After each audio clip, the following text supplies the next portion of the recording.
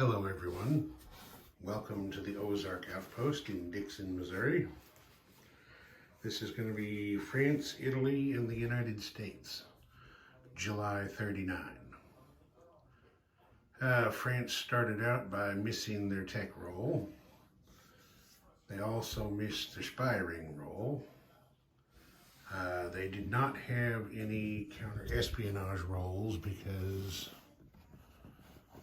the ones that are in Paris are already doubled. They built one fighter, and that took all the money they had. Let's see, no combat. The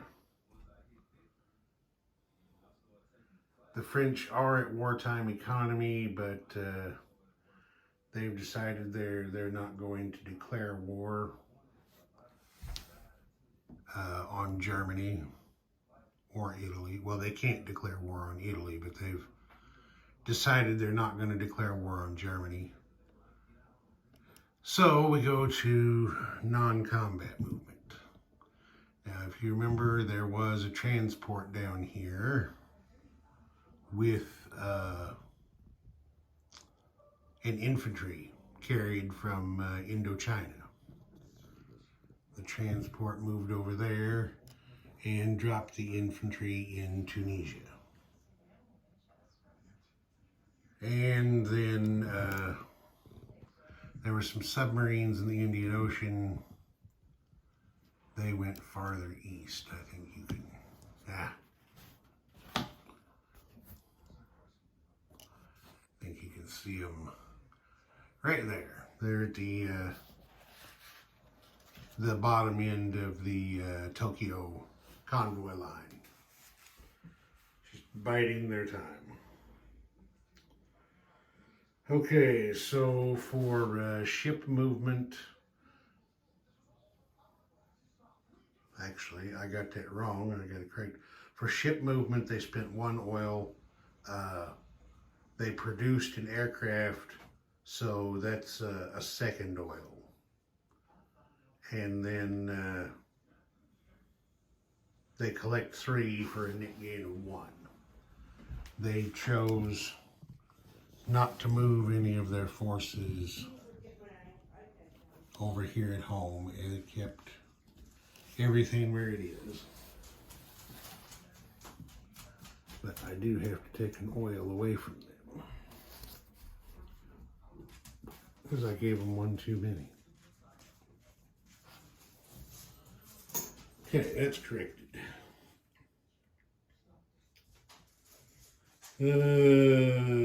Okay. I'm looking in my notes here. The French were not at wartime income to start the turn, but they got their increase roll, and that took them up to 18. That's what they collected, and that's what they will have to spend next turn. Okay, so now we will move on to Mussolini in Italy. Mussolini also missed his tech roll. He didn't get to roll for any spy rings because he has somebody everywhere he can put one. And he didn't get to do any counter-espionage rolls because the only guy in Rome is already a double. That's a Soviet.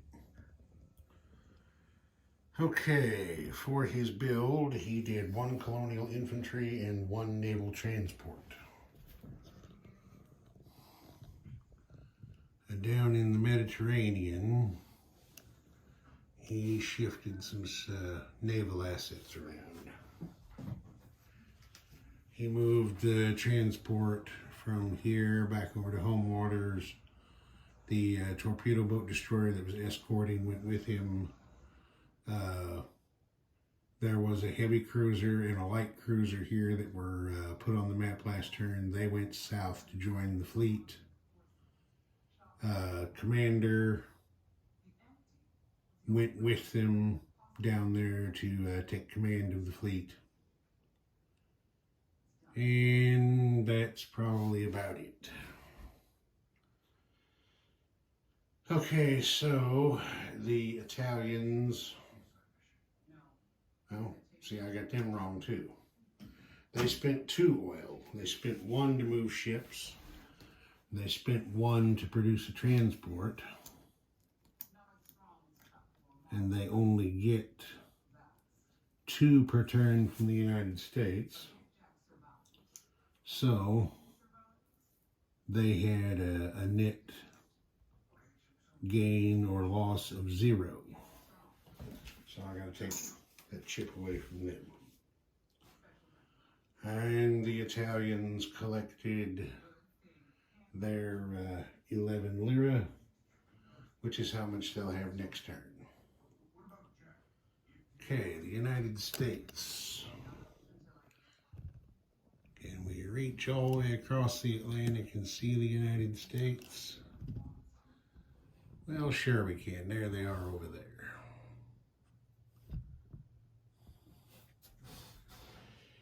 Okay, the United States rolled for tech and didn't do very good. They got stage 3 of jet fighters, but missed on everything else. They missed on their spy ring roll. For their counter-espionage, they turned, back it up a little bit.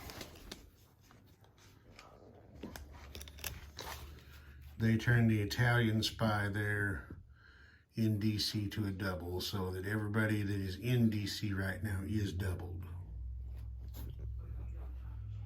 All right, for their build, they finished their nuclear reactor.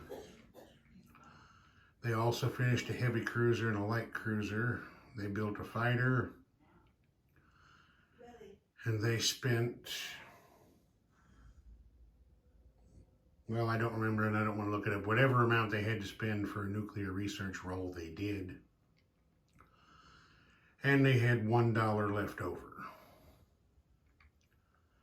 Okay, for their nuclear research roll, just like tech rolls, they rolled a D12. They had to get a 10 or higher in order to gain the first stage. And I believe they did that with a 12. So the way I'm tracking that is I'm just putting a chip underneath the research marker. That signifies that they have stage 1 of nuclear research. Before they can try to build bombs, they have to successfully research up through stage 4. Okay. Chiang Kai-shek spent his money to buy 2 artillery since China, everybody is at war with Japan. The Burma Road is open. So he's able to use that to purchase, and you can't see him from this angle. Let me get over there.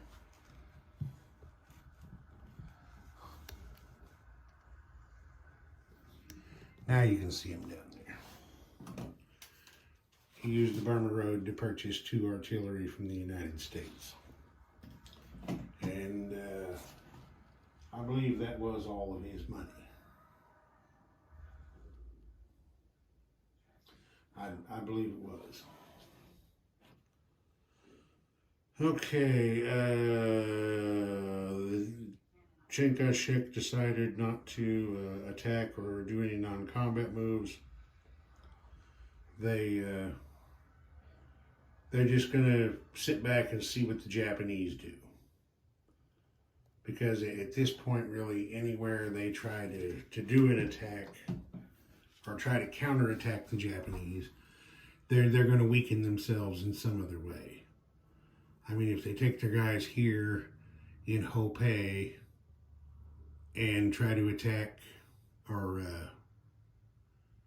if they try to attack the Japanese down here, they're going to weaken themselves up here. They also have to be mindful that if they weaken themselves here, they're giving the Chicoms an opportunity to move in and occupy a territory. So if they shift these guys all down here, they're leaving Hope empty. The Chicoms can try to move in there. The same way on Chairman Mao's turn. He can move through KMT land zones as if they were his own, because they are allied to fight the Japanese. But if he moves stuff from here down there to help, he's weakening himself to Japanese here and so forth, and he's also giving Chiang Kai-shek a possible opportunity to come up and occupy an empty zone or something. So these two really are, they're playing as much against each other as they are against the Japanese invader. And that sometimes happens with alliances. Down in Latin America, if you remember, Argentina and Brazil are at war.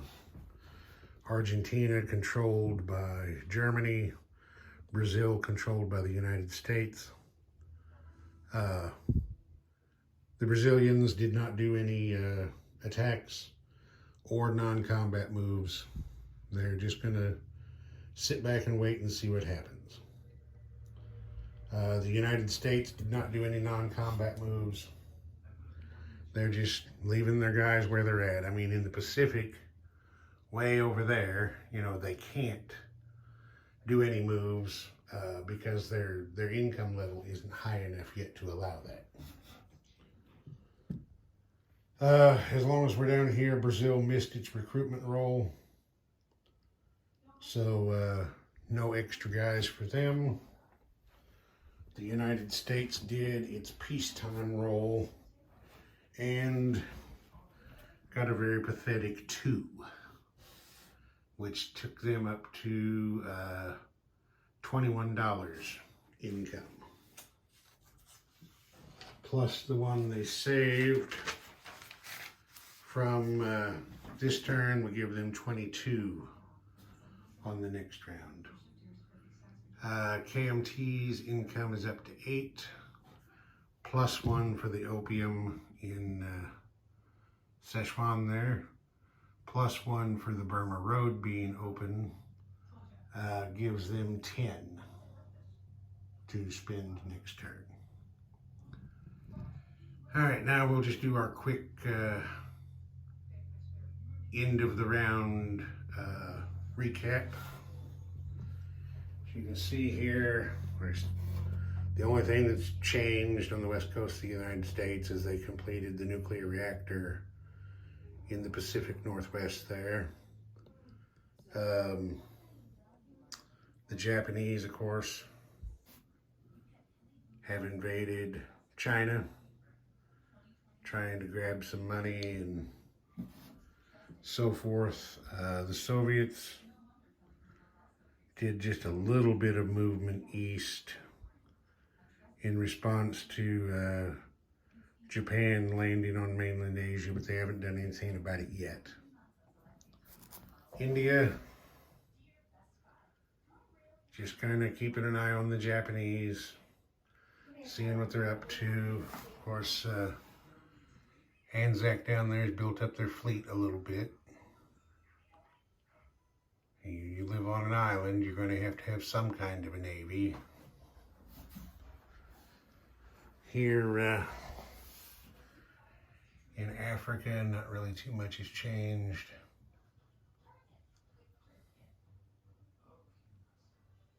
The Royal Navy and the Italian fleet are just kind of trying to stare each other down. Of course, Eastern Europe, Germany's in control, running the show. The Soviets have grabbed what they were allowed to by Molotov-Ribbentrop. And that's pretty much it. The Royal Navy's got a little bit of a presence in the North Sea yet, keeping an eye on the Germans. And the Atlantic, they're trying to position themselves to combat the U-boat threat. We'll see what happens. Over here, real quick, what do we got here? Gotta back out some more. Germany has doubled everybody that is still in Berlin. The British and French have spies in Moscow. Everybody else is doubled. 2 doubles in Tokyo. Everybody in London is doubled. So is everyone in Paris. The 1 guy in Rome. And everybody that's in DC. When these guys start going to war with each other, going to be quite a bit of double agent action. Okay. Oh, I forgot the tech chart. Let's see here. On the top chart, Germany's got 3 techs at stage 1, 2 at stage 2. Japan has 1 tech at stage 1, 1 at stage 2, and 1 at stage 3. Italy has a pair at stage 2. The Soviets have a single at stage 1, 3 at stage 2, and 2 at stage 3. The stage 3 leaders for the Soviets are heavy bombers and long-range aircraft, and for Japan is wartime economy. And then down on the lower chart, it's about what you would expect. The United States has 2 techs at stage 1, 5 at stage 2, and 1 at stage 3, that being jet fighters. The British have 1 at stage 2 and a pair at stage 3, those being long-range aircraft and wartime economy. And then the French have 1 at stage 1 and 1 at stage 2. Japan is the income leader at 31, followed by Germany at 28, the Brits at 25, and the United States at 21. Everybody else is strung out below them. All right, I think that'll do it for this one. Ozark Outpost, over and out.